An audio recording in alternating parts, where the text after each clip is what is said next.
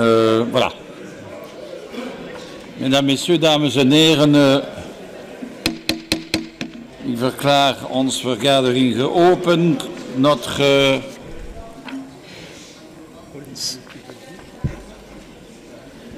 séance plénière est réouverte.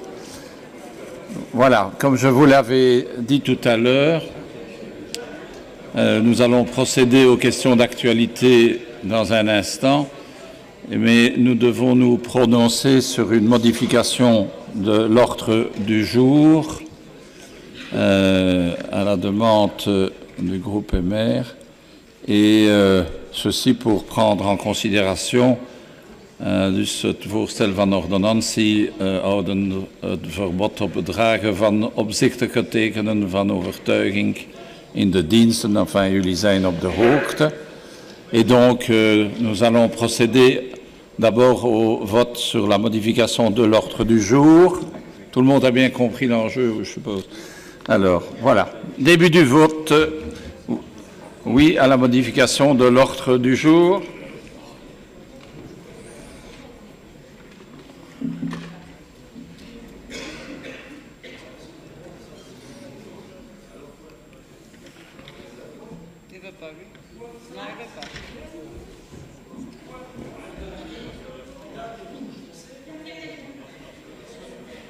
Voilà. Alors, résultat 56 ja, 1 nee. Et donc, l'ordre du jour est... Pardon. Oui. Il n'y a pas d'abstention. Hein. Il n'y a pas d'abstention. Hein. Ah, il fallait s'abstenir. Voilà. Pardon? Alors ça, c'est un peu tard. Hein. Ah, c'est trop tard. Voter, hein. Ah, il l'avait? Oui, moi, j'ai rien vu, mais il faut attirer notre attention. Le vote est maintenant enregistré. Non, le vote est enregistré. Donc, la modification de l'ordre du jour est acceptée. Non, non, c'est fini. Le vote est clôturé maintenant. Ah, c'est une correction technique. Vous étiez là au moment du début du vote, oui. Allez, ça va. Alors. OK. On peut accepter cette correction technique. Voilà. Monsieur Zamour Mansour demande aussi... Oui, allez, on accepte Monsieur Mansour aussi. Oh non, il vient d'arriver après le vote aussi, mais allez, d'accord. Avant que je ne déclare que...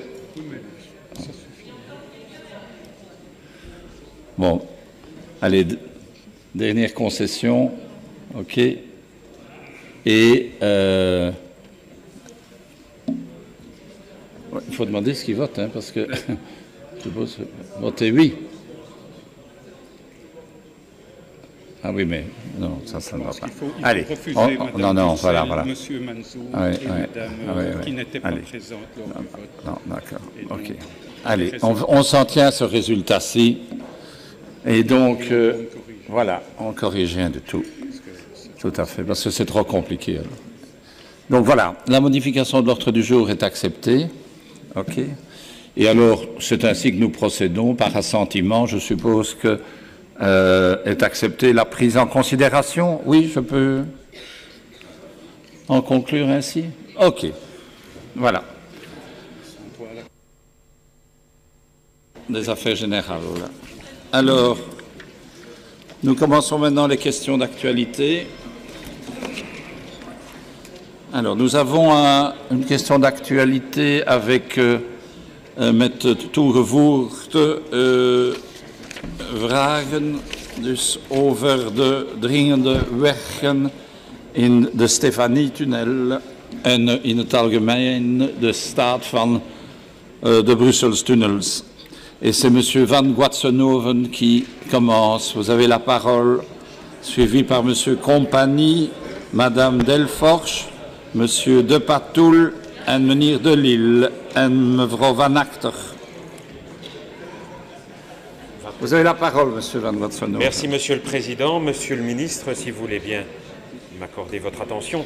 Nous le savons tous, depuis le début de la semaine, le tunnel Stéphanie est bloqué suite à des problèmes techniques importants qui ont nécessité des travaux d'urgence, au-delà évidemment du constat qui aujourd'hui, on le voit, provoque des problèmes de circulation majeurs dans notre région et des perturbations tout aussi majeures. J'aurais voulu savoir, monsieur, quel est l'état des lieux de la situation dans ce tunnel en particulier, à l'heure qu'il est. Est-il vrai, comme on a pu l'entendre, qu'il était envisagé de le rouvrir lundi? Pouvez-vous le confirmer? Quel est l'état de la situation de ce tunnel? Au-delà, évidemment, du problème, on sait que le tunnel Stéphanie n'est pas le seul qui connaît de graves problèmes techniques. Où en est l'état des lieux que vous avez commandé pour examiner l'état de santé des tunnels bruxellois? Il faudrait évidemment éviter que dans les semaines et les mois qui viennent, on ne débute une série noire qui provoquerait évidemment une série de problèmes en cascade qui viendraient à paralyser Bruxelles. Quel est l'état donc de cet état des lieux? Pouvez-vous nous dire quand et comment vous l'obtiendrez, et surtout quels sont les premiers éléments qui pourraient, le cas échéant, nous rassurer sur la situation et peut-être aussi nous indiquer quels sont les travaux qui seront programmés dans les mois qui viennent. Je vous remercie. Pour éviter de frustrer certains membres de l'Assemblée, j'ai accepté un peu plus de questions d'actualité que d'habitude, ce qui m'amène à demander, notamment pour ce qui est des interpellations jointes, de peut-être être le plus court possible. Ça va? Sinon... Monsieur Compagnie. Oui, Monsieur le Président, merci beaucoup. Interpellation jointe, donc le plus court possible. Monsieur le Ministre, nos questions sont: comment n'a-t-on pas pu détecter ce genre de problème un peu à l'avance?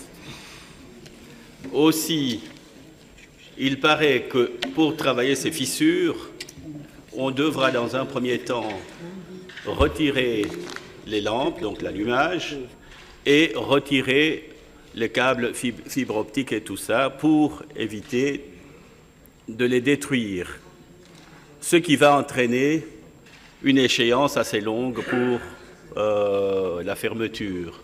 1 semaine, 2 semaines, ça c'est vous qui en êtes bien au courant. Et à l'avenir,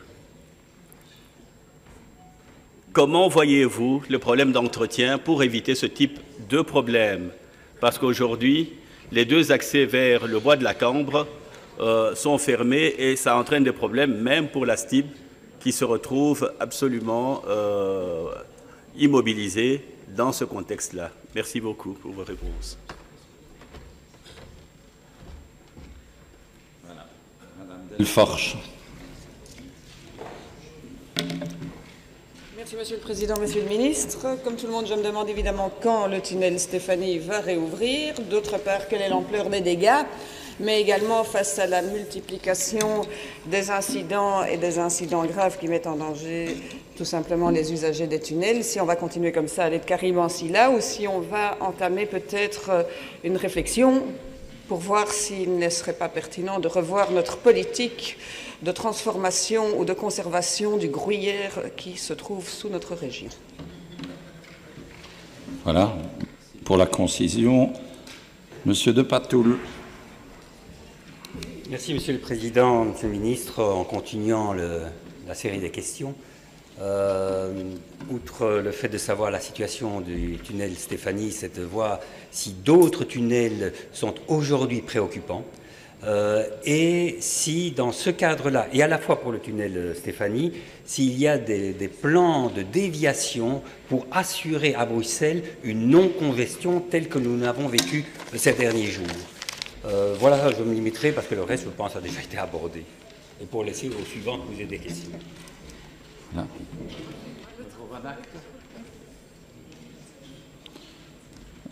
Ja, meneer De Lille, dat is, in de hoogte, dat is meneer De Lille, dat is waar. Dank u wel, meneer de voorzitter, meneer de minister. Ook ik heb een vraag in verband met de sluiting van de Stefania-tunnel. Maar een beetje verschillend van degenen die voor mij kwamen. Eigenlijk gelinkt aan de opmerkingen die de stad Brussel naar het gewest stuurde op dat ogenblik. Omdat ze zeiden van kijk, je hebt nu weer die tunnel. We hebben dan de kwestie van de Leopold II-tunnel. En wij voelen ons een beetje het slachtoffer. Wij gaan het slachtoffer worden van al die tunnels die niet meer functioneren. Wij dreigen met overlast te maken te krijgen. En dus vragen wij een vlotheidsplan van het gewest. Aan de ene kant zou ik natuurlijk willen weten van klopt het dat er geen contact is tussen het gewest en de stad Brussel over dit soort ingrepen die inderdaad wel een impact hebben op de stad Brussel zelf. Ten tweede is het natuurlijk wel zo dat de stad Brussel nog altijd geen mobiliteitsplan heeft. En het is natuurlijk moeilijk om zaken op elkaar af te stemmen als er een van de twee partners zijn huiswerk niet doet. Als je huiswerk niet doet, moet je niet komen klagen, natuurlijk. En daar zou ik eigenlijk willen vragen, welke stappen gaat de minister zetten om ervoor te zorgen dat de stad Brussel eindelijk een mobiliteitsplan opmaakt, wat het eigenlijk moet doen, zodanig dat het beleid van het gewest en dat van de stad zich ten goede op elkaar kunnen afstemmen. Mevrouw Van Achter. Ja, ik zal me ook beperken tot een aspect die er nu nog niet aan bod is gekomen. Dat is de communicatie rond de sluiting van de tunnel en hoe dat u die ziet. Want we lezen nu natuurlijk in de kranten, vandaag ook nog, dat de tunnel waarschijnlijk tot maandag zal dicht blijven. En dat is goed dat de woordvoerders communiceren in de media. Daar heb je toch het meeste bereik naar het publiek toe van waar kunnen we ons aan verwachten. Maar als ik dan een beetje meer informatie wil, dan ga ik kijken op de website van Mobiel Brussel of op hun Twitter-account.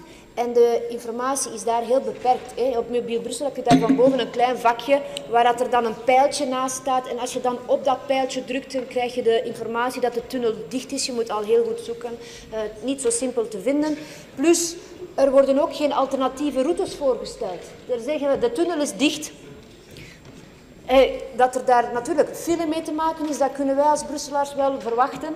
Maar toch zou je verwachten dat er daar een beetje meer uitleg over komt van wat heeft dat voor gevolgen. File tijdens de spitsuren, vermijdt die zone of juist niet een alternatieve route.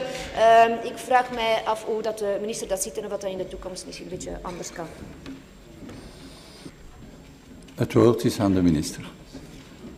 Dank u wel, meneer de voorzitter. En dank u wel ook voor de vragen in een serene manier. Laat me even de historiek maken. U weet dat er in november een incident in een tunnel is gebeurd. Ik heb toen aangekondigd dat de veiligheid voorop moet staan. Dat is een heel duidelijke instructie die we aan de wegbeheerder of de tunnelbeheerder die Brussel Mobiel is, want het zijn zij die de tunnel en de weg beheren gegeven is. De veiligheid staat voorop. De mogelijke mobiliteitsgevolgen zijn ondergeschikt aan de veiligheid van degenen die de tunnel moeten gebruiken. Dat is een heel duidelijk principe dat de regering heeft gecommuniceerd. Tegelijkertijd heb ik toen opdracht gegeven, dat is ook onmiddellijk uitgevoerd, dat is overigens nu nog bezig, om alle Brusselse tunnels grondig te inspecteren. C'est suite à cet ordre d'inspecter à fond tous les tunnels bruxellois qu'on a détecté le problème dans le tunnel Stéphanie. Puisque M. Compagnie a demandé pourquoi on n'a pas pu découvrir plus tôt. Non, c'est grâce à cette inspection proactive qu'on a découvert le problème dans le tunnel. Dans le tunnel Stéphanie, mais dans tous les tunnels bruxellois, ils sont inspectés d'une double façon. D'abord visuellement, mais en même temps, il y a des gens, c'est un peu bizarre qui doivent le faire, mais c'est apparemment c'est une firme externe qui le fait, ce n'est pas des fonctionnaires, mais une firme externe, ils vont aussi manuellement regarder est-ce que tout sur le tunnel est encore fixe, oui ou non. S'il y a un problème, ils décapent. Et dans le tunnel Stéphanie, ils ont découvert un problème qui s'aggrave par le fait, puisqu'il y a des fissures dans le tunnel. Quand il y a des fissures dans le tunnel, c'est très important de savoir est-ce que la stabilité du tunnel est atteint, oui ou non. Et évidemment, il veut clarifier ça. C'est logique pour la sécurité des usagers. Mais dans le tunnel Stéphanie, il y a un faux plafond. Il faut alors démonter le faux plafond. Mais sur le faux plafond, il y a toute l'électricité, il y a des trucs de détection qui sont là, il faut désinstaller.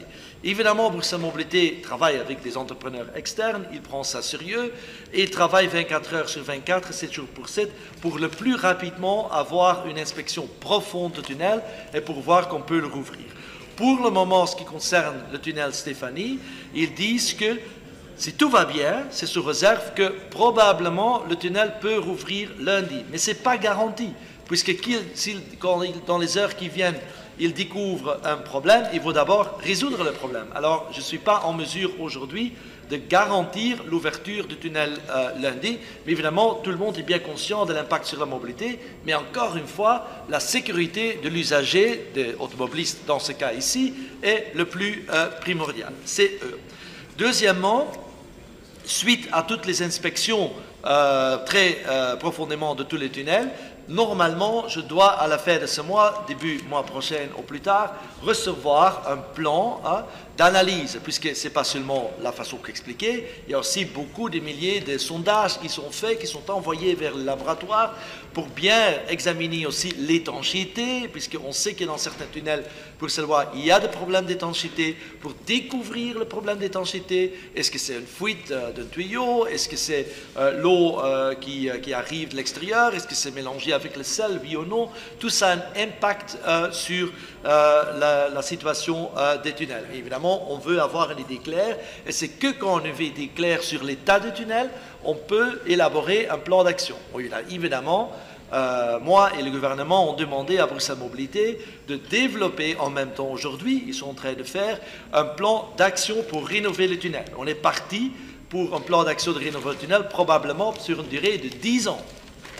Évidemment, il y a des problèmes dans plusieurs tunnels à Bruxelles. Il ne faut pas le nier, il ne faut pas le cacher, c'est le cas. Évidemment, le problème n'est pas le même niveau toujours, mais tous les tunnels vont être regardés et tous les tunnels vont être rénovés, là c'est nécessaire. Et parfois c'est absolu la rénovation, comme par exemple le tunnel Léopold II, où vous le savez, on a pris déjà les premières décisions, est en train de préparer pour terminer la décision finale, mais aussi le tunnel de Port de Halle, qui normalement à la fin de l'année, si tout va bien avec le lancer de le marché, va être rénové aussi. Il y a des autres tunnels qu'on va aborder, et il y a des autres tunnels où il y a pose des problèmes. Alors, je suis maintenant en attente sur le plan de rénovation globale de tout le tunnel, et c'est pour la première fois, je pense, au niveau de la région, que tous les tunnels sont tellement bien inspectés et qu'on va avoir un suivi avec des tableaux de bord, et aussi je vais prendre des mesures de réorganisation interne à Bruxelles Mobilité dans les semaines qui viennent pour faire en sorte que toutes les mesures sont suivies et exécutées au niveau de l'administration. Ça, c'est un. Deuxièmement, sur la communication, c'est compliqué, puisque aujourd'hui, ils utilisent déjà le Twitter account, ils utilisent aussi le système RDS, on va encore augmenter la performance. Il n'y a pas beaucoup de bornes affichage électronique dans la région. Je voudrais bien voir avec mon collègue de Baats comment à l'avenir on peut encore éteindre, c'est à l'époque moi qui a commencé d'installer ces panneaux, comment on peut réactiver un peu plus l'installation des panneaux. Il y avait un problème avec le website et déjà avant cet incident, on a demandé à Bruxelles Mobilité de perfectionner encore la communication, puisqu'on ne peut pas nier non plus qu'en général la communication est bonne, mais on peut encore faire mieux, et là on y travaille à une proposition maintenant ensemble avec Bruxelles Mobilité. Ce qui concerne la gestion en cas de problème, je voudrais donner une double réponse. D'abord, ce qui concerne le tunnel Stéphanie, c'est compliqué, puisqu'il n'y a pas une alternative que l'avenue Louise. Il n'y a pas d'alternative. Et l'alternative qui est là est déjà sous haute pression, puisque le problème de base est clair. Il y a trop de voitures à Bruxelles. Il y a trop de naveteurs qui arrivent quotidiennement, individuellement dans leur voiture, 250 000, vous connaissez les chiffres. C'est eux qui provoquent par leur choix individuel des problèmes de pression dans le tunnel et dans le réseau routier complet à notre région. Alors, proposer des alternatives, c'est très compliqué, puisqu'ici, il y a peu de possibilités de le faire, mais je suis d'accord que d'une façon structurelle, on peut améliorer la gestion du trafic à Bruxelles. C'est la raison pour laquelle le ministre-président Vervoort, moi-même, et aussi pour ce qui concerne la partie ICT de base, on est en train de travailler ensemble pour mettre Mobiris, le centre de gestion de trafic, ensemble avec le futur centre de crise, ensemble avec la police, Il y a encore quelques soucis parfois avec certaines zones de police pour comprendre l'enjeu, pour faire en sorte que tout le monde est ensemble et quand il y a un incident qui arrive dans la région, que immédiatement les zones de police, ensemble avec les experts de mobilité, peuvent prendre les mesures nécessaires. Je constate aussi qu'on transmet des informations, que la suite, vue avec les situation d'organisation n'est pas optimale et j'espère avec le ministre-président qu'on va s'organiser dans un grand centre comme ça existe dans plein d'autres villes. À Londres c'est comme ça, à New York c'est comme ça, à Rio c'est comme ça, que tout ça est géré par un bureau central indépendant, les compétences de chacun chacune, mais tout le monde est dans un même endroit, s'organise ensemble, se coordonne et agit. Là, je crois structurellement, on doit donner une réponse aussi et on travaille, hein, c'est aussi avant cet incident déjà que Rudy et moi-même et Bianca travaillent dans ce sens-là. La question sur la ville de Bruxelles, je ne suis pas sûr si Mme Ampe a nécessairement parlé au nom de la ville de Bruxelles. Hein. C'est une chose. Hein. J'ai entendu aussi les déclarations. Madame Ampe était bien au courant de tout ce qu'on a fait, qu'on est en train de faire, puisqu'on s'est encore vu au salon de la voiture, hein, quel endroit, hein, pour en parler. Ah, tu étais là? Il était un sex shop comme ça. Tu étais là, impressionné par les filles. Hein? Mais bon. Ah oui, voilà. On était ensemble là, hein, dans un salon important pour notre région. J'étais là à l'ouverture, j'ai aucun problème de dire, puisque je ne suis pas contre la voiture, je trouve simplement qu'il faut équilibrer. J'étais là, j'ai rencontré Mme Ampe là-bas et j'expliquais la situation. Mais vous savez, soms af en toe wordt er gekakeld en dan zijn er mensen die eieren leggen en dan zijn er anderen die met die eieren proberen te gaan lopen. Dus zij wist perfect dat het gewest bezig was met een plan op te stellen en we gaan dat ook gewoon verder aan werken in goed overleg met de stad Brussel. Dus ik til daar allemaal niet zo zwaar aan. Alleen geeft het allemaal een beetje de indruk in Vlaanderen weer opnieuw dat het in Brussel weer allemaal een beetje slecht georganiseerd is. En ik betreur dan ook dat men dat doet. Laten we gewoon samenwerken. Dat is wat we proberen te doen en over het algemeen gaat dat ook heel goed met de stad Brussel.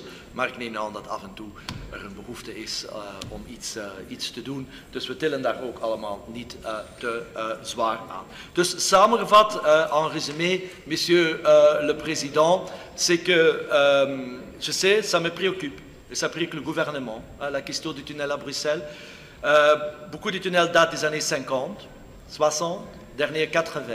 Ça veut dire qu'il y a des problèmes d'étanchéité, il y a peut-être parfois des problèmes d'autre nature. On est en train de clarifier tout ça maintenant pour avoir un bon état de choses. Je pense que ce bon état de choses, le gouvernement va approuver un plan pour s'aborder la question du tunnel.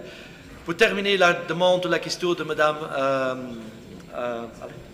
Delforge, hein, sur la nécessité d'avoir le tunnel, oui ou non, à Bruxelles.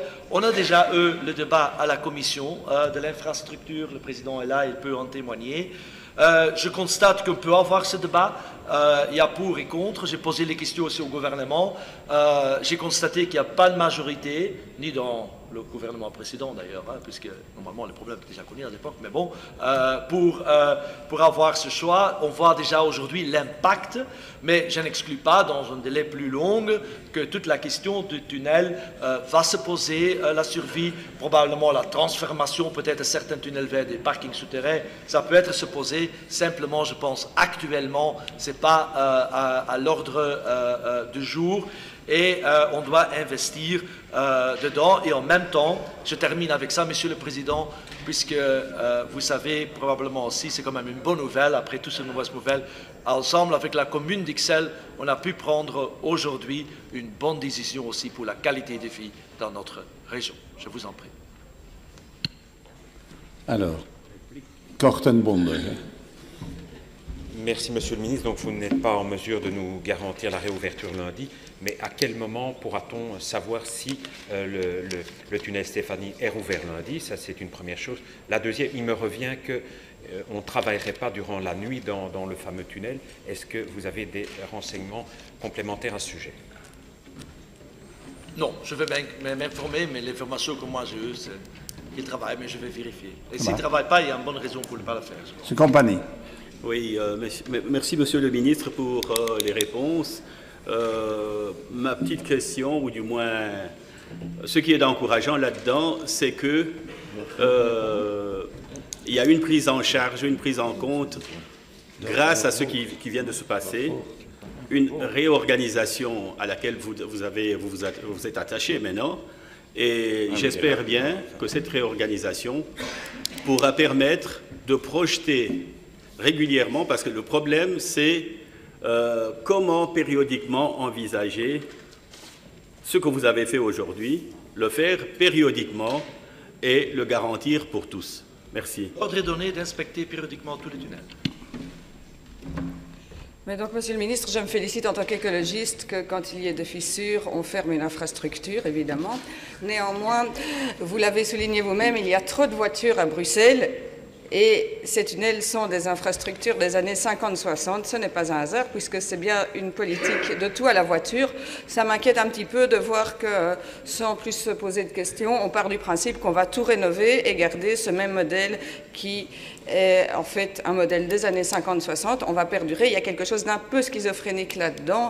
Et comme vous savez, probablement en tant que socialiste, l'infrastructure détermine la superstructure. Ce serait dommage de ne pas changer l'infrastructure.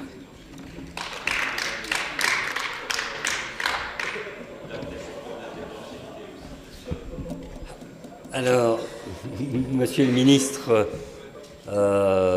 loin de vouloir fermer les tunnels, parce que je pense que ce serait prendre le risque d'immobiliser Bruxelles, je ne peux que vous inviter à assurer en fait des plans de déviation pour que toute fermeture de tunnel ne bloque pas la région bruxelloise.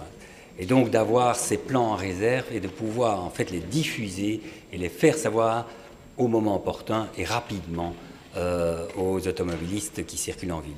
Ça ne veut pas dire que c'est le tout à la voiture, mais c'est le tout à la mobilité. Dank u wel voor uw antwoord. Het was een verhelderend antwoord van te horen dat er vooral veel gekakel kwam vanuit de kant van de stad Brussel. Natuurlijk, alleen wordt het wel eens tijd dat al dat gekakel ook eens een beetje resultaat oplevert. Een mobiliteitsplan voor de stad Brussel zou al een zeer mooi ei zijn. Ik hoop dat we er niet moeten verwachten tot Pasen, maar dat de stad Brussel een beetje sneller in gang schiet. En intussen, als we zien dat er geen resultaat komt, zou ik u willen vragen om als minister van Mobiliteit uw bevoegdheid te gaan gebruiken om de stad Brussel eigenlijk te verplichten om zo'n plan op te stellen. Want die bevoegdheid hebt u sinds de 6e staatshervorming. Succes!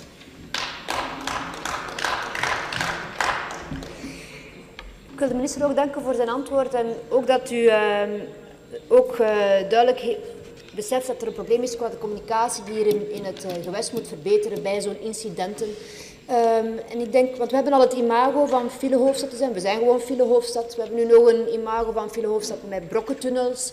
Als we dat al kunnen een beetje verzachten door daarop goed te communiceren van alternatieve routes, als er alternatieve routes zijn, van daar gaan problemen verwacht worden, dan denk ik dat al heel veel zal doen. Want ook de trams zitten daar nu vast, hè. Iedereen zit daar nu vast. Dus ik denk dat daar volop moet worden op ingezet, want het is niet zo frustrerend om daar gewoon vast te zitten. En ik denk dat er daar veel mee, met communicatie al veel kan opgelost worden.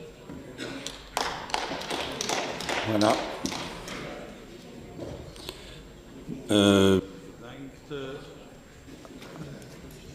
Dat is de beurt van meneer Delva over de toekomst van het project van filmpjes tegen de radicalisering. Dat is gericht op meneer Vervoort.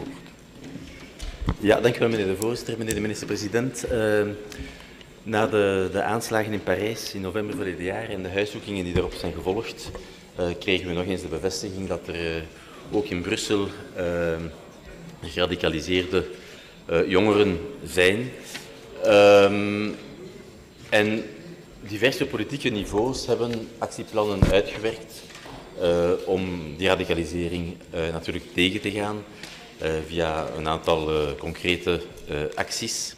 En een van de elementen die u in het plan dat uw regering voorstelde, een van de elementen die ik persoonlijk heel interessant vond, en ik denk vele collega's met mij, en ik denk vele Brusselaars ook, was het idee om aan Ismaël Saidi de vraag te stellen om filmpjes te maken die een andere blik op de Koran zou kunnen werpen, een meer eigentijdse blik op de Koran zou kunnen werpen, die eigenlijk als bedoeling zouden hebben om radicalisering tegen te gaan. En in een periode waarin steeds meer met beelden wordt gecommuniceerd, is dat denk ik een idee dat goed was. En in eerste instantie was die persoon, die we met z'n allen kennen door zijn toneelstuk Jihad en andere, was hij enthousiast om dat op te nemen. En ik voelde ook een vlaag van enthousiasme doorheen vele middels daarvoor. Maar dan is heel dat project afgeblazen geweest, toch in zijn hoofden. Hij bleek bedreigingen te hebben ontvangen. En dus, ik heb begrepen dat dat project met hem aan het hoofd niet zou plaatsvinden. En dan rijst natuurlijk een aantal vragen, en ik had die vragen graag aan u gesteld, meneer de minister-president. Wat is daar exact gebeurd sinds de vragen die u aan Ismaël Saidi gesteld hebt en zijn antwoord en dan het afhaken van die meneer, wanneer het plan concreet werd? Is hij inderdaad bedreigd geweest? Weet u daar iets meer over? Wat gebeurt er met het belangrijke budget dat u voorzien had? Want we spreken over €275.000, dat is een groot budget en dat geeft ook een beetje de ambitie aan die u en uw regering daarvoor had. En een terechte ambitie, denk ik. En wat zou er dan gebeuren met dat budget? Zou u dezelfde vragen stellen aan iemand anders? Ik denk dat dat een goed idee zou zijn, want het concept op zich vind ik nog altijd zeer goed. Met andere woorden, na het afhaken van Ismaël Saidi, wat gebeurt er met het idee dat veel enthousiasme losweekte? En gaat u verder op die piste? Hebt u eventueel al andere mensen aangesproken om die piste te concretiseren? Tot daar mijn vragen.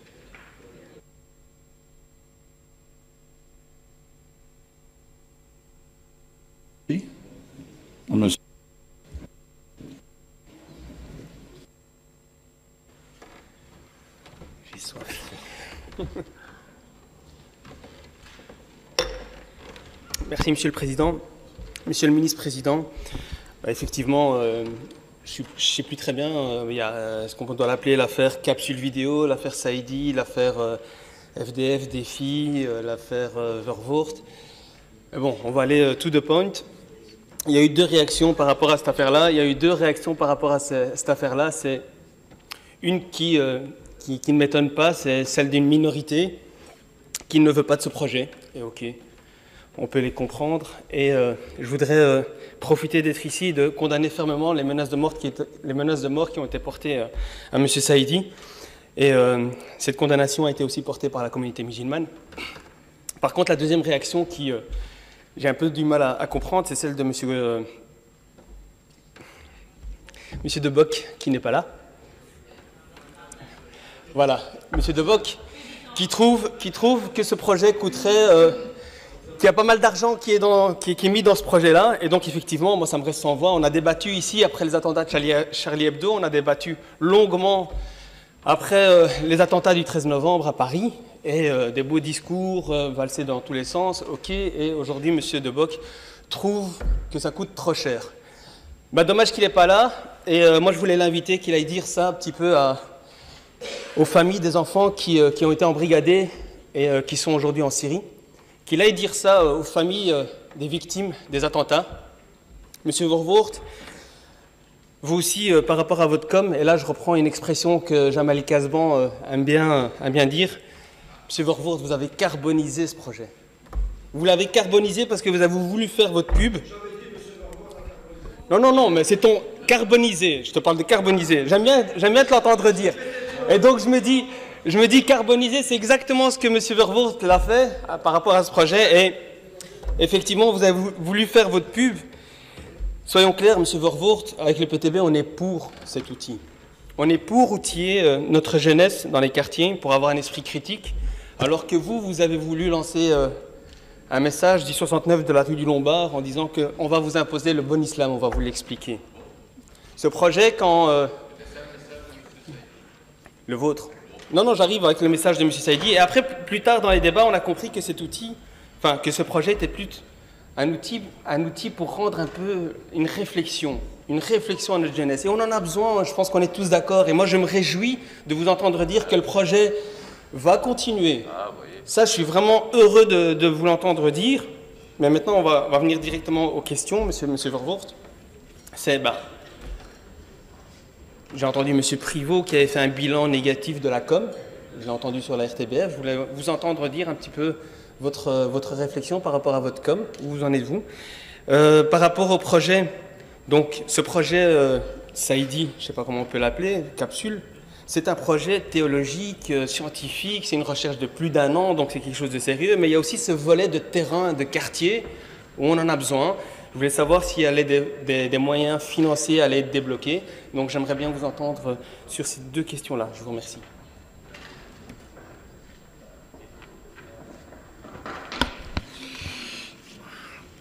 Ah non. Il est là? Monsieur Delvaux est là. Ah non, c'est Delvaux, ok. Je voulais qu'il était pas. Bien, ben, je pense qu'effectivement, tout ce qu'il y a eu autour et alentour de la... Vous avez dit, ce que vous avez dit est intéressant sur la communication, parce qu'effectivement, on en est arrivé à un moment donné à dire finalement on aurait mieux fait de ne pas communiquer sur le projet. Et assez bizarrement, le choix d'avoir communiqué se fondait sur un élément, c'est que le projet était un projet qui était entre guillemets public à partir du moment où une décision est prise en gouvernement et qu'elle est notifiée et qu'il n'y a plus aucun caractère, je vais dire, caché par rapport à une décision. Ce qu'on nous reproche d'ailleurs par ailleurs dans d'autres dossiers, on nous dit tiens là-dessus on nous demande des listes de projets que nous subventionnons, et donc c'est une réflexion qu'on a. On se dit tiens dans le fond est-ce qu'il est opportun ou pas de communiquer sur un projet de ce type? Moi je pense que oui, évidemment. Ce qu'on n'a sans doute pas perçu les uns et les autres, c'est le déferlement que ce projet allait susciter, comme s'il réveillait comme ça une série de peurs, d'angoisses ou de craintes, alors que l'objectif était effectivement de permettre simplement à donner la place à une voix autre, quand j'ai une ou plusieurs d'ailleurs, donc c'est-à-dire finalement par rapport au phénomène que nous connaissons, sur lequel nous avons déjà tous débattu et discuté, qui est celui du radicalisme, c'est de se dire, sur un des volets en tout cas, essayons de proposer quelque chose qui puisse être légitime et entendu par notre jeunesse. Voilà, ni plus ni moins. Le projet n'était pas que ça, il était réduit à ça aux capsules, mais ce n'était pas que ça évidemment. Il y avait la formation, avec Rachid Benzine et toute l'équipe qui travaille avec eux, de personnes ressources étant en capacité de pouvoir porter un autre discours intelligible et compréhensible par nos jeunes. Et ça, ce n'est pas les politiques qui sont en mesure de le présenter. Et donc, il faut pour ça avoir un discours qui porte et qui soit compréhensible aussi. C'était le défi qu'on s'était fixé, en disant d'ailleurs c'est une obligation de moyens qu'on se donne et pas une obligation de résultat. Parce que faut reconnaître que nous sommes tous relativement démunis par rapport à l'émergence de ce phénomène, pouvoir public en tout cas. On est maintenant évidemment les uns les autres avec nos analyses. On se dit on aurait dû faire ceci, on n'aurait pas dû faire cela. Et on se dit oui, mais enfin ça a un temps, à un moment donné il faut agir. Après, ça réussit ou ça réussit pas, mais au moins bougeons et faisons avancer les choses. C'était le message de la communication, ni plus ni moins. Si vous relisez la communication de base, il n'y a rien de contentieux ou je veux dire, qui porte une parole particulière. On dit simplement des choses. Et puis après, oui, mais c'est pas le problème. Un jour, on aura l'occasion de citer, c'est pas le problème de M. Debock dans cette affaire. Ça, c'est très clair.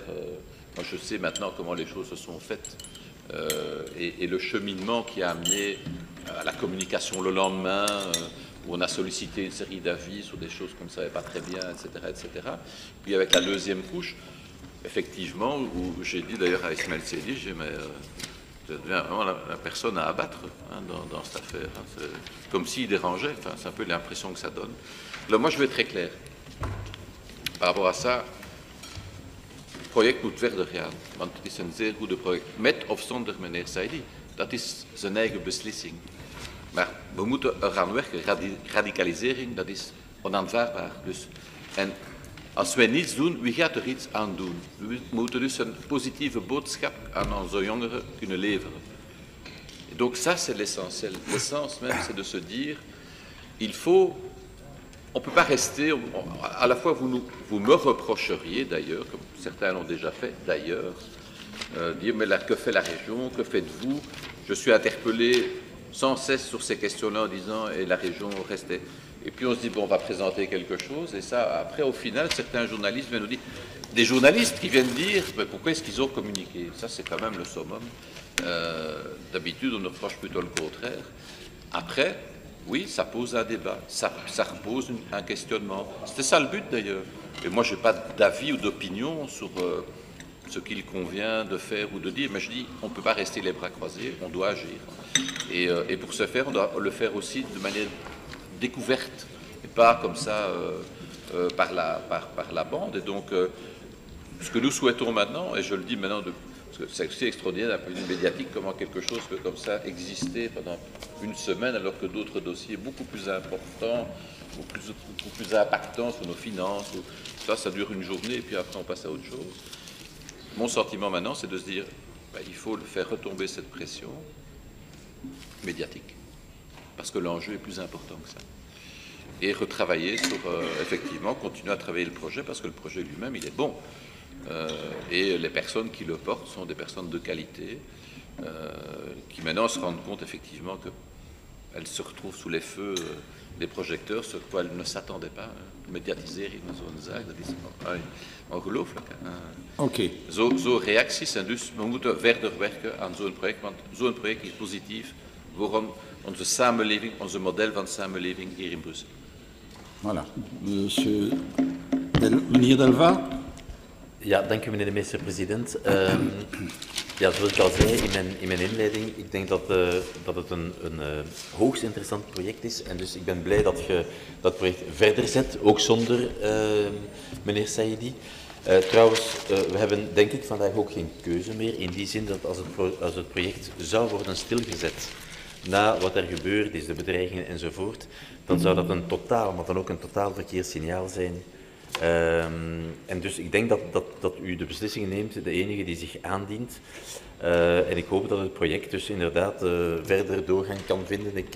Ik denk dat het een van de meest efficiënte instrumenten zou kunnen zijn om jongeren aan te spreken en om het fenomeen van de radicalisering tegen te gaan. En dus ik ben heel blij van u van te vernemen dat dat project ook zonder meneer Saïdi doorgang zal vinden. En ik wens alle mensen die aan dit project verder werken, ik wens alle succes toe en alle volharding. Dank u wel. Monsieur le ministre-président, je vous ai entendu sur le volet communication et je suis presque d'accord avec vous. Dommage que dès le départ, vous n'avez pas si bien expliqué ce projet-là. Et je reviens toujours avec monsieur Debock qui n'a lui-même pas compris le projet dans les premiers temps. Mais attendez, sur le volet communication, je vous entends. Maintenant, sur la question de moyens supplémentaires par rapport à ce projet, donc c'est un projet... Mais tout le monde souscrit à ce projet, monsieur Debock y compris, j'en ai l'intime conviction. La question n'est pas là, c'est la manière dont on a amené les choses en faisant croire que c'était « Ah, mais comment, c'est pas passé au gouvernement, c'est ceci, c'est cela ». C'est une maintenant, mais je le dis parce que j'en suis intimement convaincu dans ce dossier-là. On a instrumentalisé un certain nombre de personnes ici. Et ça, voilà. Allez. Non, mais moi, pardon. Je peux parler du FDF, un défi. Mais c'est important, la ligne du temps est importante. Donc au tout début de la communication, je veux dire, même M. Debock, bon ok, il n'est pas là, mais je vous dis, je ne suis pas responsable de son absence. Dans la ligne du temps, au début de la communication, je veux dire, il en a rajouté une couche, et comme dirait M. Gauzoin, il a raté une occasion de se taire. Merci M. Gauzoin. Monsieur le ministre-président, c'est pas moi qui l'ai dit, le ministre est présent. Donc voilà, ça c'est le volet communication. Maintenant que quand on entend, quand on en sait, je suis pas dans le même parti que vous. J'ai aucune leçon de j'ai aucune leçon de recevoir d'autre part. Je suis pas dans le même parti. J'ai fait un choix bien clair. Merci. Ça c'est Monsieur le ministre-président. Ok. Allez, M. Andichy, poursuivez, s'il vous plaît. C'est eux deux. Donc, je reviens. Donc, par rapport à la communication, effectivement, une fois que vous avez un peu mieux communiqué, une fois que les informations sont bien passées un peu partout, eh bien, effectivement, qu'est-ce qu'on a remarqué, c'est que l'associatif, Il se dit, ok, là on voit plus clair, c'est pas les 30 capsules. On voit plus clair, ben oui, ben non. Mais au départ, c'était pas si clair que ça. Et c'est pas moi qui le dis, c'est M. Debock. Ok. Mais non. Donc, ok, on va passer. Ça, c'est le volet communication. Mais même dans l'associatif, il y a eu des réactions à l'encontre de M. Saïdi qui sont, comme ça, gentiment inacceptables. Sur le mode, ouais, bon, allez, il n'est pas top, mais enfin, on va quand même le...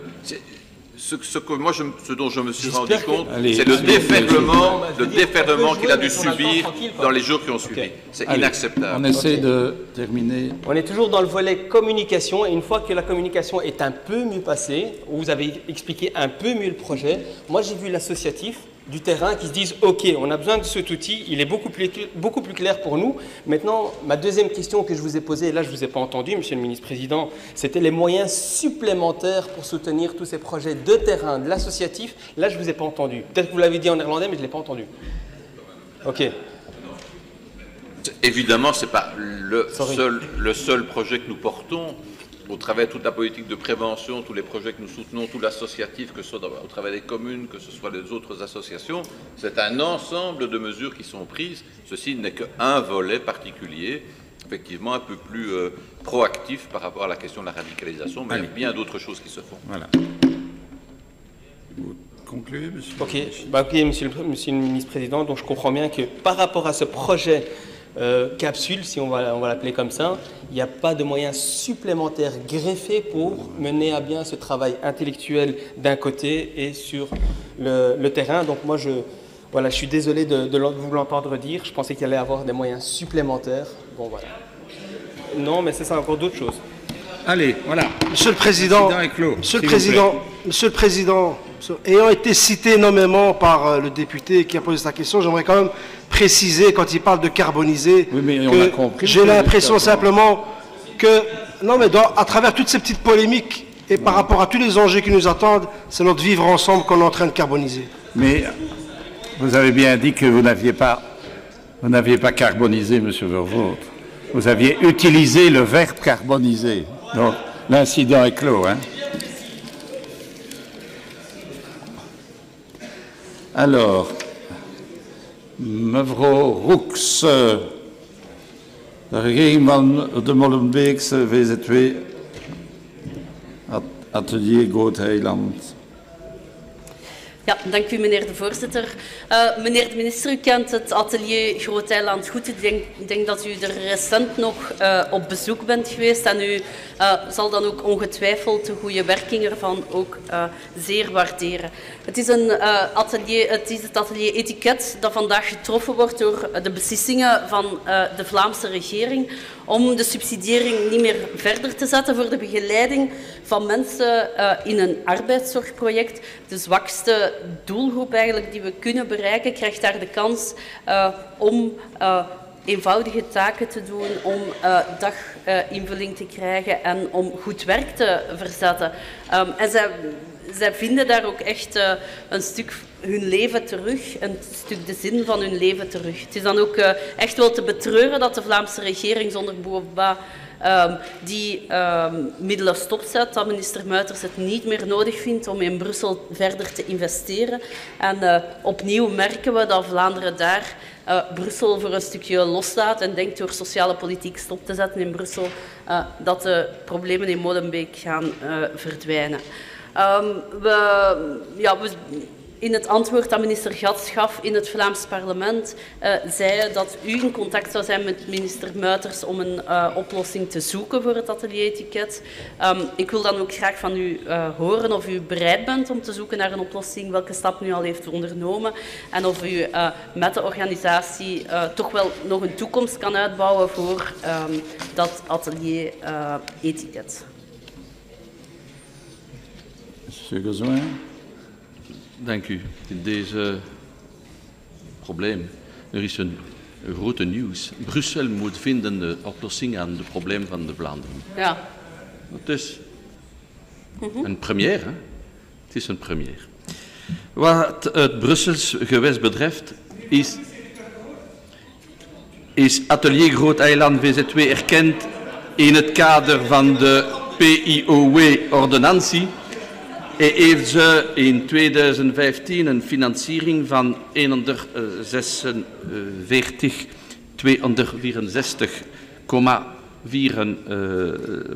euro's ontvangen van Brussel. Die financiering heeft te maken met renovatiewerken wat schrijn- en timmerwerk betreft voor verenigingen en in woningen beheerd door sociale verhuurkantoren. We werden op de hoogte gebracht dat de structuur Atelier Groot-Eiland mogelijkheden ondervindt als gevolg van het gewijzigde beleid in het Vlaams gewest. U verwijst in uw vraag naar dakposten. We hebben echter weet van problemen in verband met Vlaamse GECO-posten en of Vlaamse subsidies die ze misschien zouden verliezen. In deze context hebben we zowel aan de VZW als aan het kabinet Muiters gevraagd ons in te lichten, zodat we de situatie kunnen analyseren en indien nog de juiste maatregelen kunnen treffen. We hebben nog steeds geen precieze informatie gekregen en moesten, zoals u, de toestand via de media vernemen. Ik benadruk dat we bereid zijn de zaak te onderzoeken en de mogelijkheid de oplossingen willen bekijken, maar het is blijkbaar moeilijk om ons informatie over de exacte situatie te geven. Dus nu, ik heb geen andere informatie, geen contact, maar ik heb u gehad een contact met het kabinet van Muiters, maar zonder resultaten. Ja, we zullen aan ons vrienden ter rechterzijde vragen om nog eens achter de veren van hun kabinet te zitten om u zo snel mogelijk informatie te bezorgen. Ik zal langs mijn kant ook aan de organisatie vragen van met u in contact te treden daarover. Ik denk dat dat zeker dringend is. Maar ik ben alvast blij dat u toch bereid bent om mee te zoeken naar een oplossing. Het zou spijtig zijn moest hier de tewerkstelling van 20 personen door kwijtgaan. En ik zie mevrouw Graubels knikken, maar ik nodig u dan ook uit om in de Vlaamse meerderheid, waar u toch wel deel van uitmaakt, ook daar een oplossing te gaan zoeken. Want ik vind het wel heel absurd dat men plots een arbeidszorgproject loslaat waar dat men voor de beschutte werkplaatsen wel een oplossing heeft gezocht en wel heeft bevestigd dat het ook gaat om een gemeenschapsmaterie waarin Vlaanderen kan investeren in Brussel. Denk ik dat het uw partij zou sieren om niet alleen in de pers op te komen voor die organisatie, maar om dat ook te doen in de regering waar u deel uit van maakt. En ja, we zullen hier verder zoeken naar een oplossing, maar het is toch wel nodig om ook in Vlaanderen daar oplossingen te zoeken. Ja, in de vorige regering zat de SPA erbij, hè? Tu permets une seconde, tu as permis une seconde. Alors, Madame Uitenbroek. Madame Uitenbroek. Madame Uitenbroek. Voilà. Alors, il y a een toegevoegde vraag van de Madame Zamoul, de Monsieur Maguin et de Monsieur Dilliès. Voilà. Oui, merci Monsieur le Président. Excuse-moi. J'imagine que c'est Mme Primo qui répondra. Je vais poser aussi ma question au ministre des Finances, M. Van Engel, mais j'imagine que... Donc, c'est effectivement concernant un arrêt de la Cour européenne de justice qui est intervenu hier et qui déclare dans une très longue saga, puisqu'elle concerne une ordonnance qui, au départ, avait été adoptée en 2003, et qui a connu énormément de rebondissements, j'étais bien placée pour le savoir, en plusieurs années, et donc un arrêt de la Cour de justice qui déclare que l'Union européenne peut donc déroger aux contributions régionales en matière de gaz et d'électricité, et qui reconnaît donc ses privilèges et son immunité. C'est évidemment... ce n'est peut-être pas le bout de la ligne droite, mais ça risque d'avoir des conséquences. Donc mes questions étaient de savoir si on avait déjà une idée des montants, on les a évidemment, qui devraient être remboursés par la région, mais d'abord de savoir si éventuellement nous faisons un recours. Et puis ce qui est très important aussi, c'est de savoir s'il pourrait y avoir jurisprudence pour d'autres questions dans d'autres matières régionales. Et donc, ce qui constituerait éventuellement un précédent dans d'autres matières et qui pourrait donc avoir des conséquences très dommageables, évidemment, pour le budget régional bruxellois.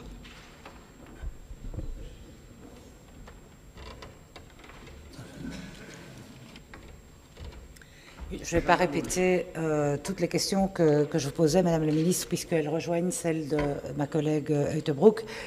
Peut-être quand même une supplémentaire dans la mesure où finalement ce qui est en jeu, c'est des contributions qui servent à payer les primes d'énergie, que la Commission, semble-t-il, aurait bénéficié de ces primes dans certains de ses travaux. Moi, je veux quand même espérer qu'on ne s'arrête pas là, en remboursant, quel que soit le montant, ce qu'on a à rembourser, mais peut-être aussi en appelant la Commission à plus de cohérence dans les exigences et dans ce qui lui sert et ce qui ne lui sert pas. On ne peut pas avoir le beurre, l'argent du beurre et le sourire de la crémière en même temps. Je vous remercie, Madame la Ministre.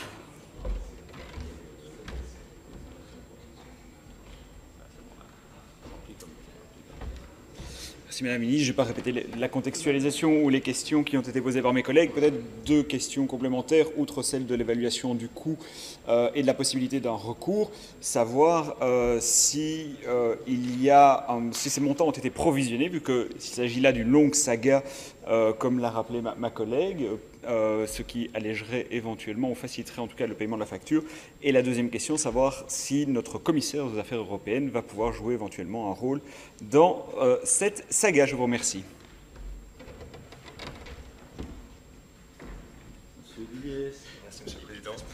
Merci Monsieur le Président. Madame la Ministre, je reviens d'Asie où tout le monde me posait la question que va faire la région face à l'arrêt de la Cour. Et en outre, comme mes excellents collègues ont déjà bien défini les faits, il me reste à vous souhaiter une excellente année. J'aime votre pragmatisme, Monsieur Diliès. De la lucidité et de l'humour. Voilà, je vais d'abord réexpliquer aux députés, si nécessaire, en fait, l'état des litiges. En fait, il y a différents litiges qui ont été introduits. Un premier, c'est la commission qui attaque la région bruxelloise devant le tribunal de première instance. Parallèlement, elle a introduit à ce moment-là, devant les tribunaux européens, sur la même question. Donc l'attaque a été en fait sur différents niveaux judiciaires. Et donc, ce qui est tombé hier, c'est bien sur le plan européen dans la confrontation commission-région bruxelloise et qui effectivement constate un manquement de l'État belge depuis 2004 où on aurait dû exonérer la commission du paiement. C'est un constat et on est tenu de le respecter sur le plan judiciaire. Entre-temps, il y a un troisième aussi litige puisque l'UMINUS a attaqué comme fournisseur la région bruxelloise et les institutions européennes par rapport aux factures à payer. Ce qui s'est passé, c'est que maintenant qu'on a le contenu de cet arrêt sur le plan européen, les procédures belges qui étaient suspendues et en attente de l'arrêt sur le plan européen vont pouvoir reprendre. Alors, est-ce qu'il y a un appel qui est possible par rapport à la décision européenne? La réponse est non, sur le plan de la procédure. Ce qu'il faudra voir, c'est maintenant comment est-ce que le juge belge, dans les conflits qui sont en suspension au niveau du tribunal de première instance, va utiliser l'arrêt de la Cour européenne et rendre son jugement. Et là, évidemment, un appel peut être possible de la région par rapport aux sommes. Est-ce que les sommes ont été estimées? Oui, elles ont été estimées aux alentours de 8 millions d'euros pour la Commission européenne. Quelle attitude on compte adopter? D'abord, il y a des avocats, forcément, qui sont saisis du dossier ici sur le plan bruxellois.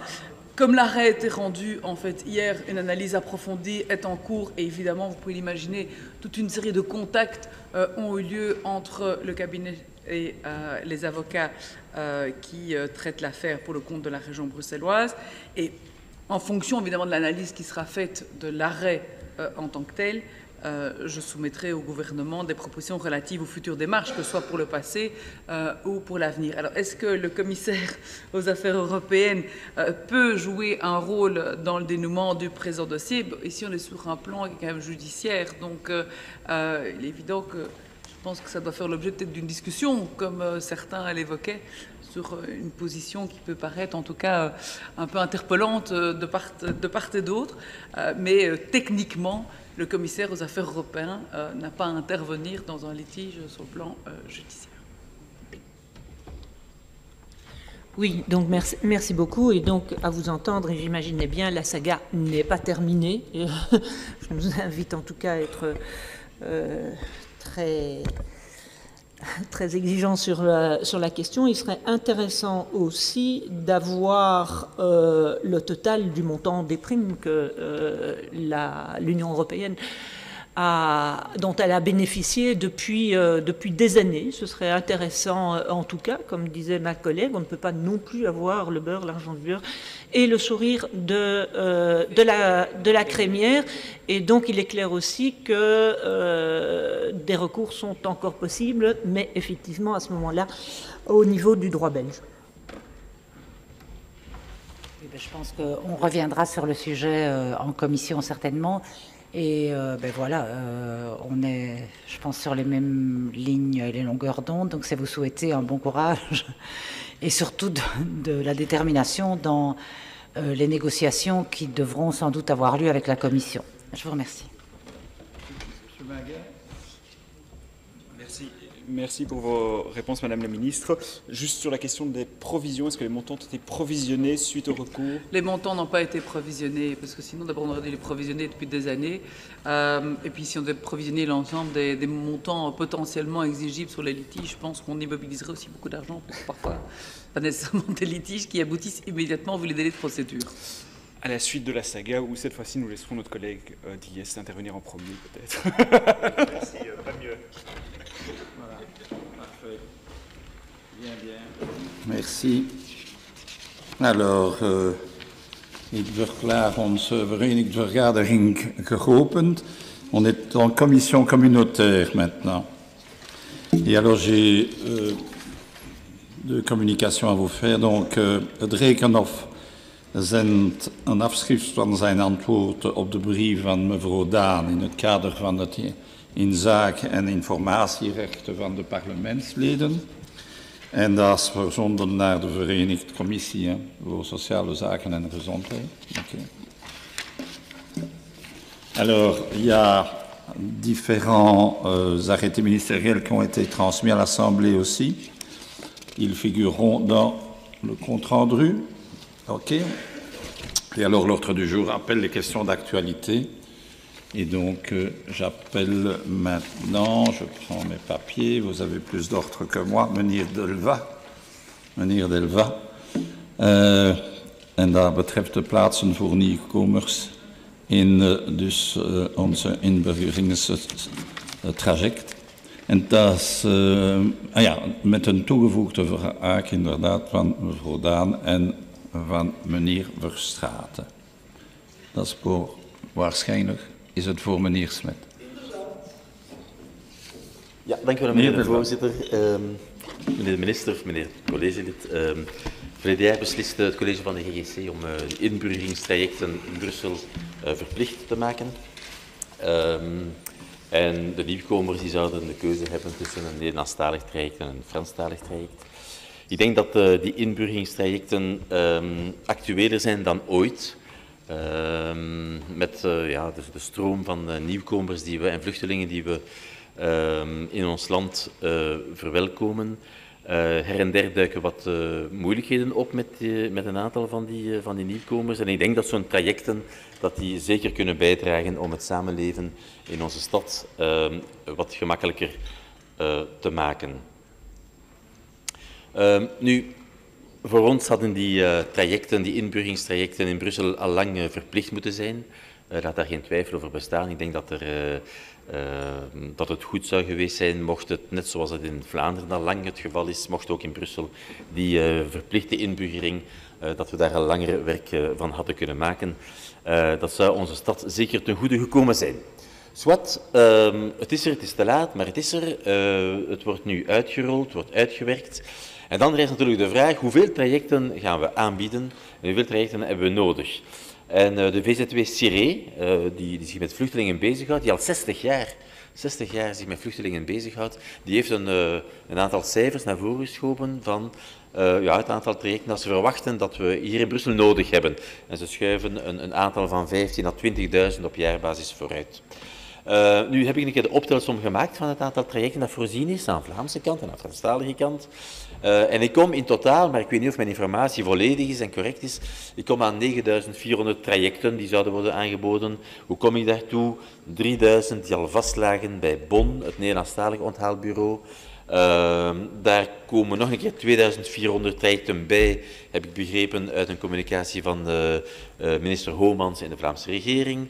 En dan heb ik begrepen dat er aan de Kokofkant dat er een 4.000-tal trajecten zouden worden voorzien in 2 nieuwe onthaalbureaus die op te richten zijn. En dus 3.000 en 2.400 en 4.000, dan kom ik aan 9.400.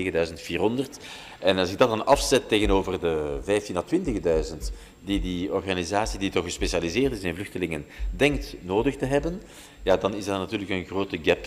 En dus mijn vragen zijn heel eenvoudig. Wat denkt u van die previsies van de VZW-CIRE? Denkt u dat het aantal trajecten zoals ze vandaag zijn voorzien, dat die voldoende zullen zijn? Zo niet, ja, hoe pakken we dat aan? Want als we nieuwkomers op een wachtlijst moeten zetten om een inburgeringstraject te kunnen volgen, dan doen we eigenlijk net het tegenovergestelde van datgene wat nodig is. En dat is eigenlijk ook een bar slecht signaal. Dus ik denk dat dit een element is dat we heel aandachtig moeten volgen binnen ons gewest. Dus zijn er voldoende trajecten naar uw mening? Zo niet, wat doen we eraan? En een laatste vraag, wanneer denkt u dat die 2 onthaalbureaus, die nieuwe onthaalbureaus in Brussel, aan de Kokofkant, wanneer zouden die operationeel zijn, zodat onze verplichte inburgering in Brussel daadwerkelijk vorm kan krijgen, ofwel door een Nederlandstalig traject, ofwel door een Franstalig traject?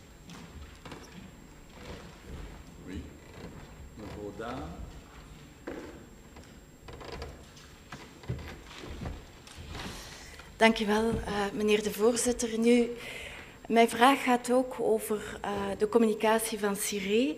Nu, ondertussen weten we allemaal dat er veel te weinig inburgeringsplaatsen zijn in Brussel. Dus Vlaanderen investeert 5.400 plaatsen, inburgeringsplaatsen in Brussel.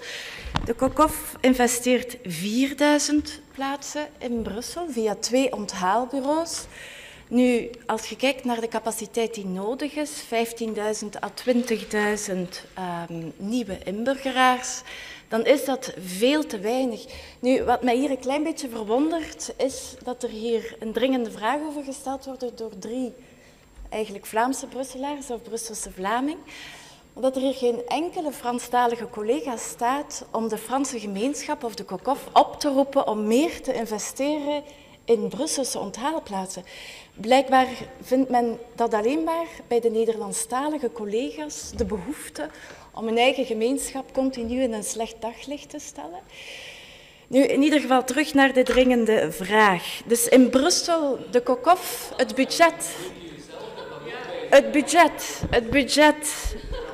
budget dat de Kokof heeft kunnen gebruiken voor de onthaalbureaus komt sowieso al van Brussel. Nu, er was eigenlijk voldoende budget voor meer onthaalbureaus. Er was ook een 3e kandidatuur. Dus mijn vraag is ook van waarom werd er eigenlijk niet besloten tot een 3e onthaalbureau om die op te richten? En is er overleg geweest met de Kokof? Maar ik heb nog vragen. Een andere vaststelling is dat de 2 onthaalbureaus die gingen openen, de 2 nieuwe, die gingen openen de 24 december 2015, nog altijd niet open zijn. Dus nog een vraag is, wanneer gaan die dan echt wel openen? Nu, een andere algemene vraag is, als je ziet, je hebt 9.400 plaatsen ten aanzien van 15.000 à 20.000 mensen die plaatsen nodig hebben. Hoe ga je dat regelen? Hoe ga je zeggen wie dan naar de onthaalbureaus gaat, wie niet? Nu, minister-president Vervoort heeft in een communicatie of zijn kabinet heeft gezegd, die worden opgevangen door andere vluchtelingenorganisaties. Nu vraag ik mij dan af, hoe wordt dat dan specifiek gedaan? En waarom zijn er dan eigenlijk onthaalbureaus nodig als er toch organisaties genoeg zijn, blijkbaar om iedereen op te vangen? En een allerlaatste vraag is, gisteren heb ik gehoord van minister Frémaux, dat ze zegt, kijk, we gaan eerst de ordonnantie, de Brusselse ordonnantie over de verplichte inburgering maken. En dan gaan we overleggen met Vlaanderen en met de Franse gemeenschapscommissie. Nu, als je weet dat inburgering eigenlijk slecht kan slagen als die georganiseerd wordt in wisselwerking met de verschillende beleidsniveaus, waar de Franse gemeenschap en gemeenschapscommissie en Vlaanderen eigenlijk zelf in de uitvoering quasi zelfs belangrijker zijn dan de GGC zelf, die eigenlijk eerder gewoon het kader vaststelt, dan kan men toch zeggen dat dit de omgekeerde redenering is en dat men zegt, men gaat eerst overleggen met Vlaanderen en de Franse gemeenschap en dan pas, op basis van dat overleg, een ordonnantie vastleggen. Mijn laatste vraag is dan ook, tot nu toe was er geen sprake van enig officieel overleg met Vlaanderen. Is dat er eigenlijk ondertussen al gekomen?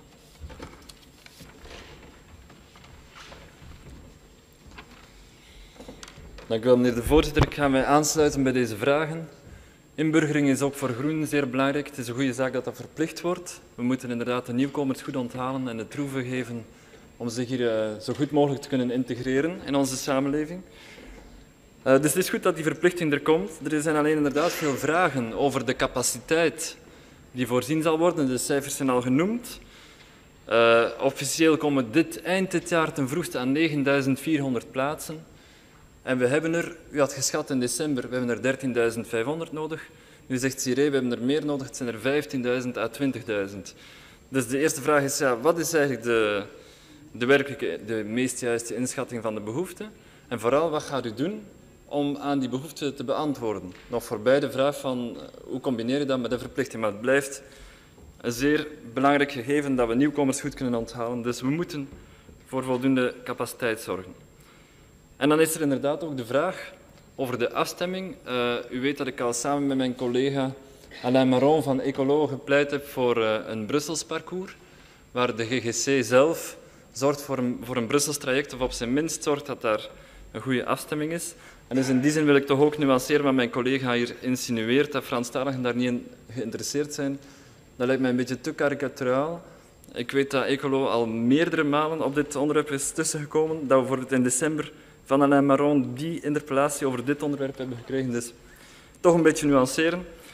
Maar dus die afstemming, u hebt gezegd we gaan de mensen doorverwijzen naar de andere gemeenschappen en we gaan dan natuurlijk wel overleg plegen met die andere gemeenschappen om samen te komen tot een samenwerkingsakkoord en een ordonnantie. Eerst had u gezegd, die zullen er zijn in januari 2016. Nu is het al geworden voorjaar 2016. Mijn vraag is, hoe ver staat het daarmee? En vooral, hoe is het mogelijk, want dat is nu toch wel iets opvallend, dat we vernomen hebben in het Vlaams parlement, waar minister Homans ondervraagd wordt over dit onderwerp. En zij zegt, ja, ik heb al meerdere malen geprobeerd om minister Vervoort en zijn Brusselse collega's aan te spreken. Ik heb een overleg aangevraagd en dit wordt geweigerd. En dat is natuurlijk een krasse uitspraak. Hoe is het mogelijk dat in een context waar je moet samenwerken, dat er geen wil is om te overleggen? Ik vind dat vreemd. Ik wou dat toch eens aan u vragen hoe dit komt. Ja, graag meer uitleg erbij. Dank u wel. Meneer de voorzitter, om de eerste vraag van mevrouw Daan om te antwoorden waarom de Franstalige collega's misschien niet staan, dat komt misschien omdat ze goed geluisterd hebben op 9 december 2015. Want het antwoord op alle vragen die hier vandaag gesteld worden, zijn uitvoerig door mij beantwoord geweest op 9 december 2015. Natuurlijk heb ik geen probleem om vandaag opnieuw te antwoorden. Dat is het verslag van de Commissie Sociale Zaken, nummer 6. Dus daar staat eigenlijk alle antwoorden in de vragen in. Maar het is natuurlijk niet slecht dat er opnieuw vragen gesteld worden, naar aanleiding om de zaken nog even te actualiseren en dan ook iets recht te zetten wat mevrouw Homans, Lisbeth, in het Vlaams parlement heeft gezegd. Eerst en vooral de cijfers. In de commissie van 9 december heb ik gezegd dat wij inschatten dat tussen de 8.200 en 13.200 plaatsen zal zijn. U kan daarin lezen hoe we tot aan dat cijfer komen. Ik denk dat meneer Delvas in de rekensom klopt als Vlaanderen inderdaad verhoort met 2015. 400, wat mevrouw Homans heeft aangekondigd, van 3000 naar 5400. En laat me voor alle duidelijkheid zeggen dat ik zeer blij ben dat de Vlaamse gemeenschap dat doet. Dat we ook de Vlaamse gemeenschap dankbaar moeten zijn dat ze dat willen doen. Dus voor alle duidelijkheid wil ik daar geen discussie of verwarring over hebben. Ik denk dat het goed is dat ze dat doen. Dat betekent dat we inderdaad aan 9400 plaatsen zouden komen. En dat eigenlijk op dat moment de Vlaamse gemeenschap iets meer doet dan de KOKOF, wat op zich natuurlijk gelet op de verhoudingen in deze stad ook een beetje bijzonder is, als ik dat zo mag omschrijven. Nu, de KOKOF, we weten ook de financiële problemen die daarin zitten. Dat is ook de reden waarom een extra gewestelijke dotatie gegaan is van 10 miljoen, 2 miljoen WGC, 8 miljoen KOKOF, om het te kunnen optrekken. Op 9 december heb ik geantwoord dat wij, het Verenigd College, bezig waren met de ontwerpordonnantie in eerste lezing te maken. Dat we principes hebben goedgekeurd. Dat als we dat hebben, meteen ook een inschatting zouden doen van de behoeften die nodig zijn, het reëel cijfer. En dat we dan gingen kijken hoe we het aantal BAPA's dan effectief zouden kunnen bepalen. Laat me duidelijk zijn dat ik, maar ook mijn collega, vind dat als we een verplichting invoeren, dat het logisch is dat we voldoende aanbod hebben. Dat heeft financiële gevolgen. Dat is iets dat ook in het Verenigd College op dat moment nog aan bod zal moeten komen, net zoals de kwestie van de sancties op dat moment ook nog aan bod zou moeten komen. Dat is dus 1. We moeten goed de cijfers inschatten. Dan kijken 2 hoe we daaraan kunnen beantwoorden. Maar u hoort uit de tonaliteit dat in ieder geval de 2 bevoegde ministers zich engageren om naar het Verenigd College te gaan, om te zeggen dat het logisch is als je een verplichting invoert, dat er dan toch voldoende plaats is. Dat is een logica, zeker in het huidige klimaat waar we vandaag in verkeren. Dat is 1. Ten tweede ben ik het absoluut eens dat we natuurlijk moeten overleggen met de Vlaamse gemeenschap en met de KOKOF. Er is al informeel overleg geweest. Het klopt dat er nog geen formeel overleg geweest is. Het klopt dat mevrouw Homans een brief geschreven heeft, maar ze is helaas vergeten te vermelden, maar dat overkomt soms wel elke minister eens, dat wij een brief teruggeschreven hebben. Om te zeggen dat wij wel degelijk wouden overleggen, maar dat we eerst de ontwerpordonnantie wouden hebben. Natuurlijk, ik ben Vlaams minister geweest, mevrouw Danen. En u moet vertrouwen in mij hebben. Ik ken het standpunt van de Vlaamse gemeenschap. Zelfs in haar huidig regeerakkoord. Ik weet wat ze willen. Bovendien hebben we ook nog een Vlaams minister bevoegd voor Brussel. Die ook nog in dit stuk voorkomt, wat die de brief mee heeft ondertekend. En die we elke week zien. En de VGC. Dus daar kunnen we ook al eens mee overleggen op een informele manier. Dus wij zullen inderdaad met de Vlaamse gemeenschap overleggen. Op het moment dat we onze tekst hebben, de duidelijkheid hebben over de sancties, de duidelijkheid over het aantal plaatsen. En dan zullen we dat ook doen, heel concreet. En wat ons betreft is er dan maar misschien 1 vergadering nodig om alles af te ronden of 2. Dus we gaan dat niet onnozel doen en we zullen beide naar die vergadering gaan. Dus ik denk dat dat er komt. En nogmaals, ik ben blij dat de Vlaamse gemeenschap van 3000 naar 5400 plaatsen wil gaan. Ik denk dat dat belangrijk is. Ze mag natuurlijk nog meer doen, want dat is misschien een opportuniteit om dat te doen. Dus samengevat, dank u voor uw vragen. De cijfers moeten inderdaad opgevolgd geactualiseerd worden. Wij leggen, onze beide kabinetten leggen de laatste hand om naar het Verenigd College te gaan in eerste lezing met het ontwerp van ordonnantie. En op basis daarvan zullen we dan, als dat goedgekeurd is in eerste lezing, het overleg heel snel opstarten, heel constructief wat ons betreft, en kan heel snel gaan lopen. Dank u voor uw vragen, u houdt ons scherp en wij zijn daar uiteraard zeer blij mee.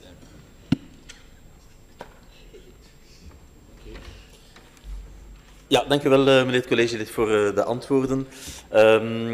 Ja, voor alle duidelijkheid, wij vinden het systeem dat uitgedokterd geweest is een goed systeem, waarbij de GGC de verplichting oplegt, sancties ook definieert, maar waarbij de 2 trajecten apart zouden kunnen bestaan, wees het natuurlijk dat voor ons dat het nuttig is dat er daar passerellen tussen bestaan, zodanig dat op inhoudelijk vlak dat er toch een bepaalde gelijklopendheid is tussen die 2 parcours.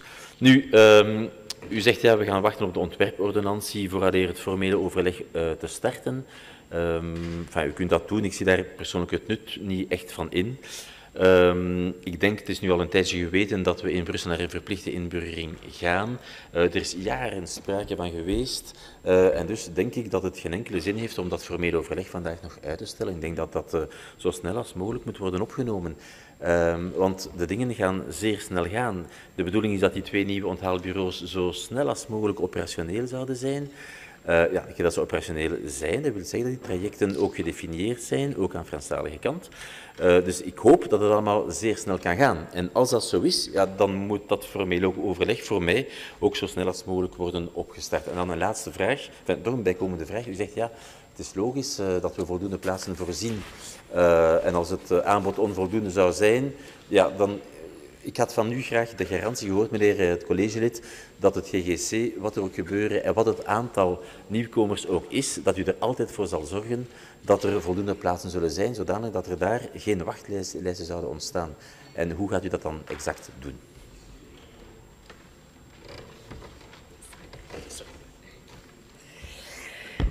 Ja, u spreekt over hetgeen u gezegd heeft in de Commissie Sociale Zaken. U heeft het over eerder een aantal nieuwkomers, blijkbaar 13.500, in plaats van 15.000. Nu, de vaststelling is dat 9.400 nog altijd veel minder is dan 13.500 en dat er dit, zelfs met de nieuwe info, dat Vlaanderen zelfs 2.400 bijkomende plaatsen creëert.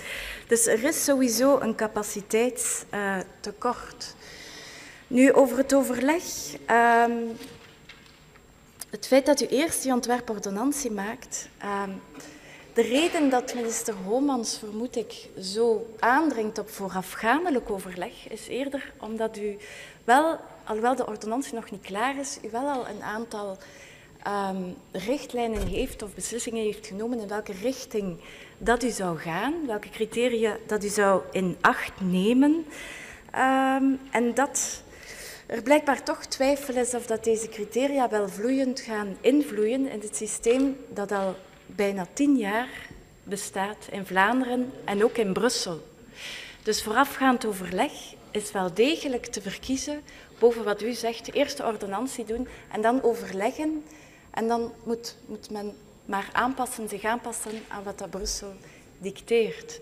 Dat zou een situatie zijn die echt niet wenselijk is.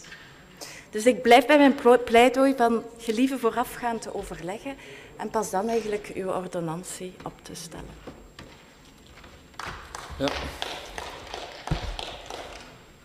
Meneer de minister, ik moet inderdaad vaststellen dat we eigenlijk goed overeenkomen op dit punt. Het is een oppositie en meerderheid. En u zegt, ik heb al geantwoord in december, maar de vaststelling is juist dat uw antwoord toen niet afdoende was. Dus er is een duidelijk probleem van capaciteit. Je hebt geen ordonnantie nodig om dat in te zien, dat is nu al duidelijk. En er is nu al meer inspanning nodig. En ik denk dat niets u belet om nu al na te denken en concrete maatregelen te nemen, overleg op te starten, om te zorgen voor die bijkomende capaciteit. Dus ik denk, het is meer dan u scherp houden. Het is u vragen om het over een andere boeg te gooien en eerst daaraan te werken. En eerst te overleggen met uw partners en dan pas aan een ordonnantie te werken. Ja. Het is toch heel vreemd om uw overwegingen eerst vast te leggen in een ordonnantie. Waarom hebt u dat in het verleden niet gedaan, mevrouw Maassen? Ik heb nog nooit in de GGC gezeten. Waarom hebt u dat in het verleden niet gedaan? Ik heb nog nooit in de GGC gezeten. En Groen ook niet, trouwens. Nog nooit in de GGC gezeten. Dus voor de ministers, dat is uw voorrecht. En... Leer dat. Maar wat vooral belangrijk is hier, denk ik, we moeten niet een lange ervaring hebben, denk ik, in een GGC-ministerschap, om in te zien dat als je iets vastlegt in een ordonnantie, dat het moeilijk is om dat nog aan te passen. En dan gaat u met iets dat u vastgesteld hebt in een ordonnantie gaan vragen aan de Vlaamse collega's, wat vindt je hiervan? Maar eigenlijk kun je daar niks meer aanpassen. Dus ik denk dat er eigenlijk geen enkel rationeel argument is voor uw werkwijze nu. En dat even moet omkeren. Dus het zou zeer fijn zijn mochten we nadien kunnen zien dat u inderdaad gehoord hebt wat we vandaag zeggen. Dat was het een zeer zinvol. Op het einde komt het altijd goed, meneer Verstraeten. Daar wil ik graag in geloven.